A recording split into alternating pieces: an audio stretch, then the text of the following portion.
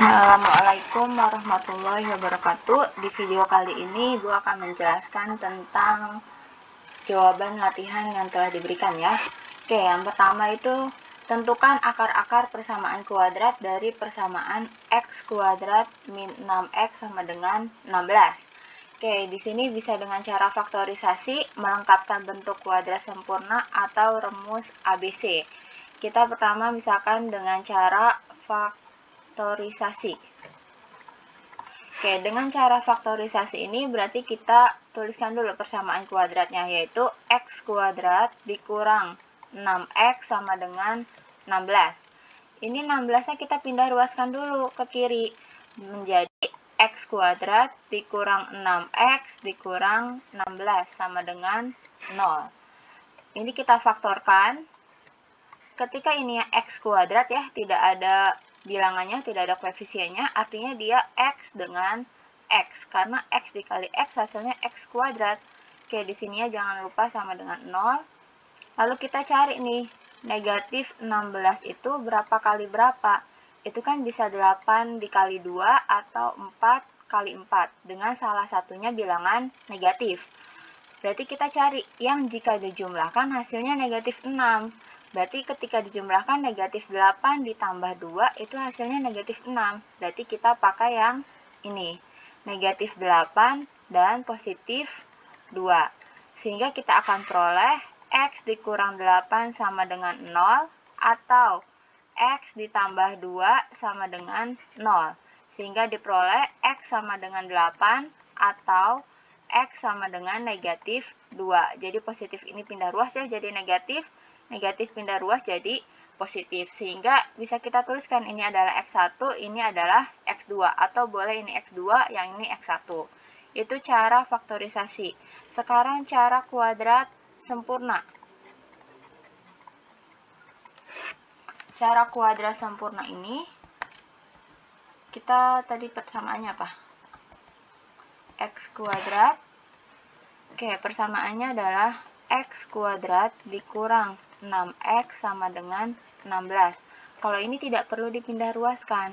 Kita tuliskan lagi si x kuadrat dikurang 6x, lalu dijumlahkan dengan kuadrat dari setengah koefisien x atau setengah b. Ini kan koefisien x ya, atau b-nya.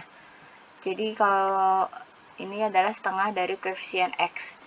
Berarti ini negatif 6 per 2 karena setengahnya, lalu sama dengan ini juga sama 16 ditambah negatif 6 per 2 kuadrat.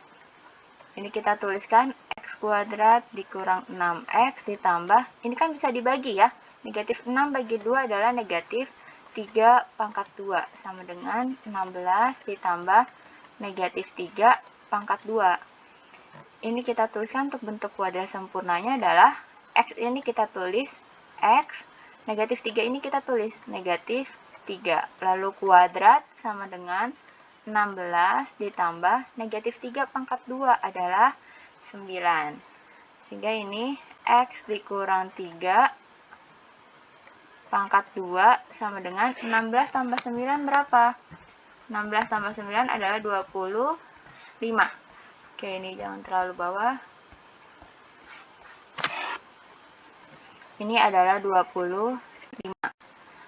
Kuadrat ini kita pindah ruaskan. Kalau dipindah ruaskan itu akan menjadi akar. Jadi di sini sisa x dikurang 3 akar 25. Akar 25 itu adalah plus minus 5. Jadi kita tulis ini x kurang 3. Maka dari sini kita punya x1 itu menjadi 5 ditambah 3 dan x2 adalah negatif 5 tambah 3. 5 tambah 3, 8. Ini negatif 2. Kenapa harus positif 3 ya ininya? Karena negatif 3-nya itu kita pindah ruaskan ke sini. Jadi kan kalau dijabarkan menjadi gini. Plus minus 5 ditambah 3. Jadi nanti plus minus, jadi dapat 2 akar.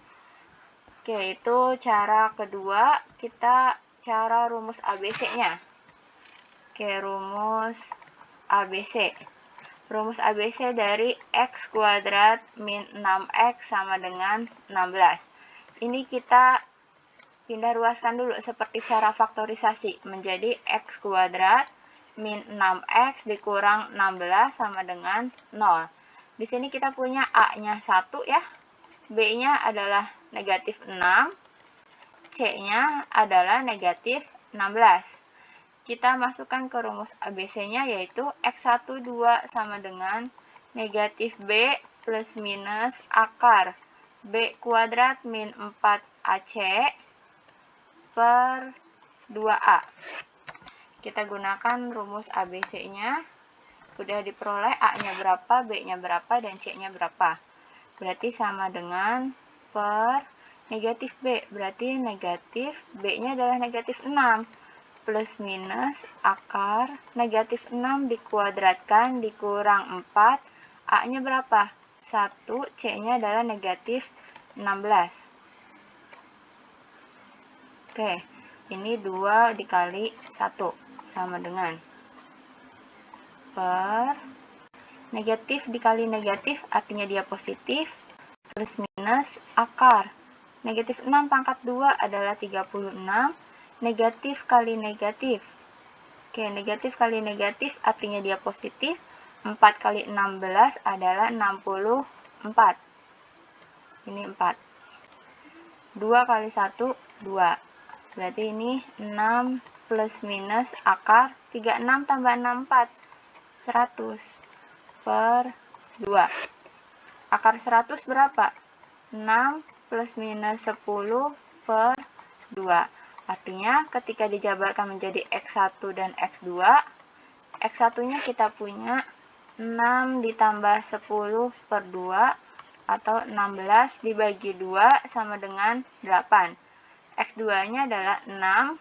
Ini kan plus minus, berarti minus 10 atau dikurang 10 per 2. Berarti negatif 4 bagi 2 hasilnya adalah negatif 2. Sama ya, hasilnya adalah 8 dan negatif 2. Itu kalian boleh saja, mana X2, mana X1-nya ditukar itu boleh. Yang nomor 2, tentukan nilai M agar persamaan kuadratnya itu memiliki 2 akaril yang berbeda. 2 akaril yang berbeda artinya D haruslah lebih besar dari 0. Kita tentukan dulu, D lebih besar dari 0 itu kan artinya B kuadrat dikurang 4AC lebih besar dari 0. Berarti kita tentukan dulu A-nya berapa. A-nya berarti koefisien X kuadrat 1. B-nya adalah negatif 2 ya, koefisien X. Dan C-nya tidak hanya negatif 3-nya, tapi M dikurang 3. Karena ini satu kesatuan, koefisien konstanta. Gitu.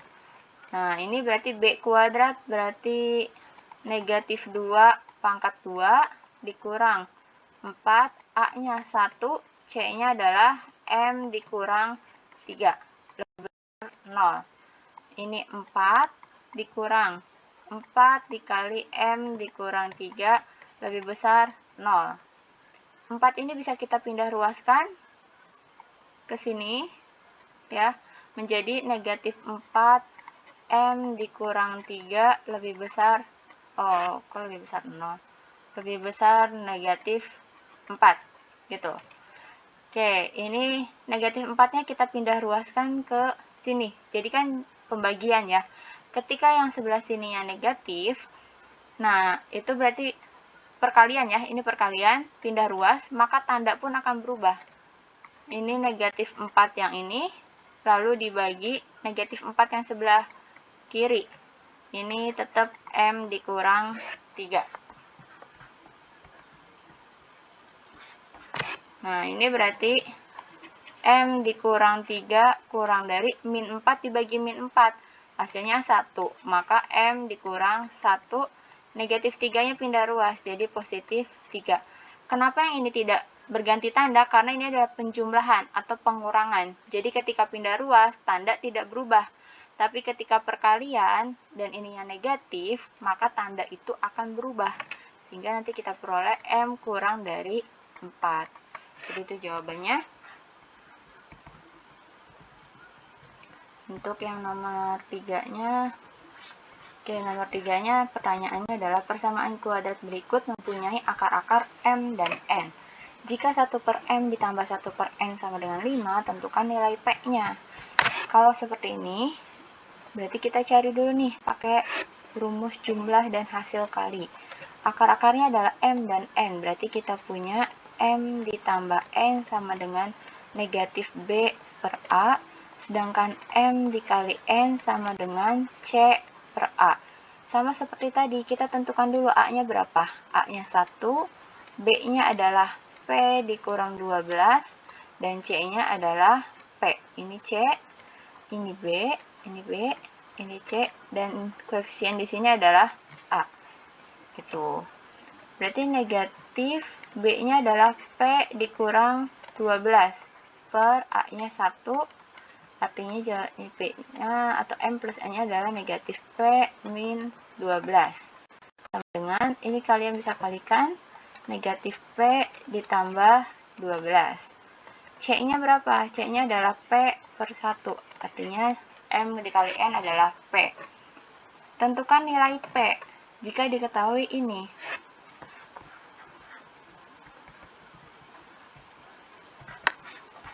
Kita punya soalnya adalah 1/M ditambah 1/N sama dengan 5. Ketika penjumlahan pecahan itu penyebut harus sama, kita kalikan saja M dikali N. Sehingga ini kali silang, N kali 1 adalah N, ditambah M kali 1 M sama dengan 5. Tadi kita punya N plus M, berarti yang ini ya, sama aja M ditambah N. Negatif P ditambah 12. M kali N adalah P, sama dengan 5. Kita punya seperti itu. Lalu kita kalikan saja nih. P-nya kalikan dengan 5. Berarti negatif P ditambah 12 sama dengan 5 kali P, berarti 5P. Negatif P ini pindah ruas ke sini, berarti 12 sama dengan 5P ditambah P. 5P tambah P adalah 6P, ini 12, maka P-nya 12, 6 ini ke sini, berarti 12 bagi 6, sehingga P sama dengan 2. Atau bisa juga ditulisnya nanti P sama dengan 2. Gitu. Berarti nilai P-nya adalah 2. Oke, sekian pembahasan dari tugas yang pertama. Semoga dapat dipahami. Silahkan cek apakah masih ada yang keliru. Rata-rata sudah benar ya. Jadi tinggal negatif positifnya agak diperhatikan lagi. Terima kasih. Assalamualaikum warahmatullahi wabarakatuh.